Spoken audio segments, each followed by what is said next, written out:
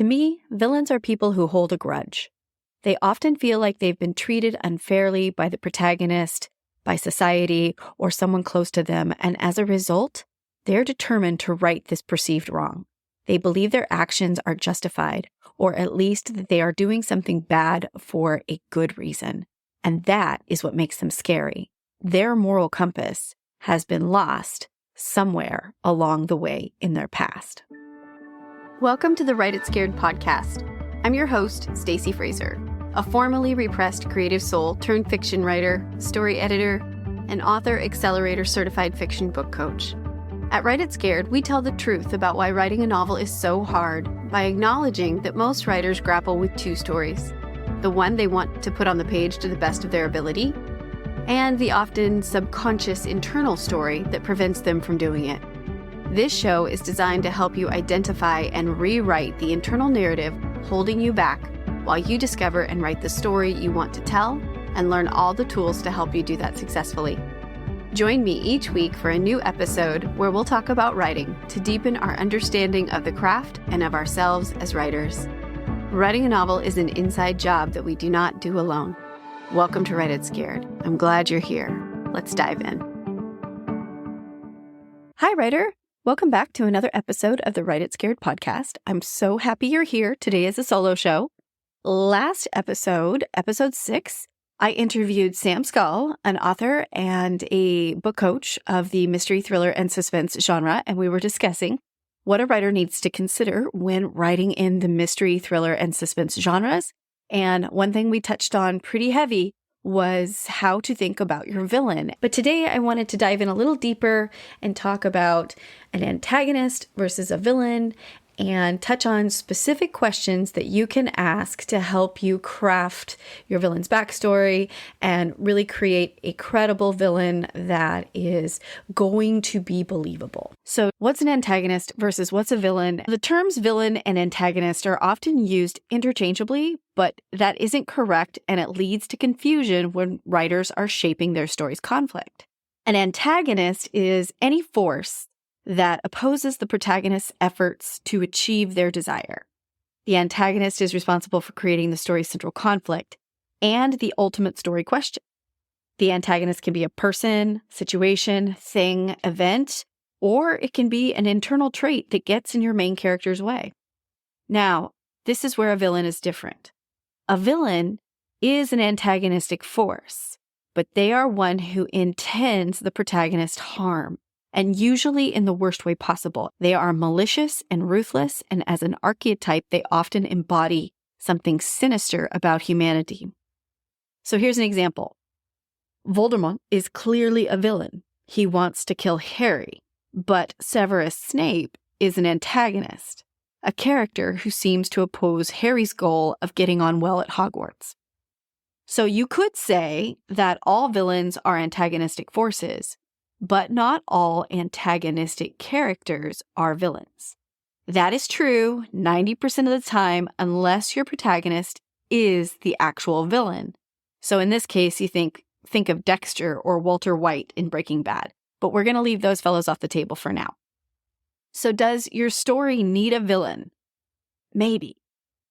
Most likely, you're going to instinctively know the answer to this question. But if not, look at your genre. If you're writing an action-adventure, a horror, a mystery, suspense, a romantic suspense, or a thriller, then most likely yes. So how do we use our villains to create conflicts and interesting plots? Well, by knowing our villains as well as we do our protagonists, we can create intense conflict and interesting plots that surprise the reader. So we want to make sure that we're asking these questions about our villains. What do they ultimately want? Why do they ultimately want it? Why are they willing to do terrible things for it? And how do they justify their actions? What do they value? And are there any lines that they absolutely won't cross? Why not? How are they linked to the protagonist? Why do they have something personal against the protagonist, and how did this develop? Now, crafting villains is not an easy thing. Sometimes it's really hard to wrap our head around a villain's motivation. I mean, I'm not a murderer. I doubt you are either. And I mean, I get Hans Gruber in Die Hard, the money, the greed, and I think his life was at stake if he didn't deliver, but ew. Stepping into the shoes of a psychopath is not exactly natural, but it helps me if I remember that villains are people. They are terrible and deeply flawed, but people just the same. They had parents of some sort, probably.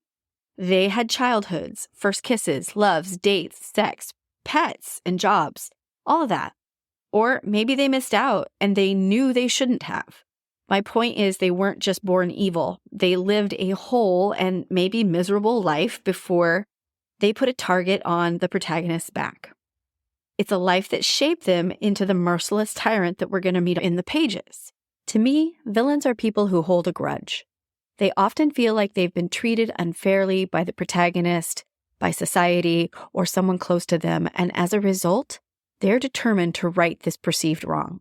They believe their actions are justified, or at least that they are doing something bad for a good reason. And that is what makes them scary.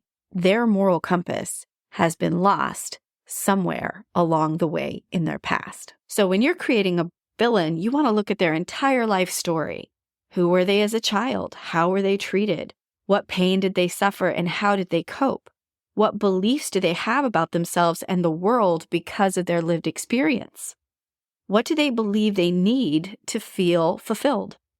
When did they lose touch with humanity? Finding the answers to those questions will make your villains credible.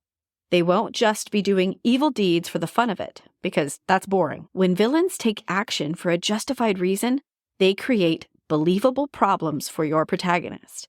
They will have a plan to get what they want, and your hero might throw a wrench into those plans.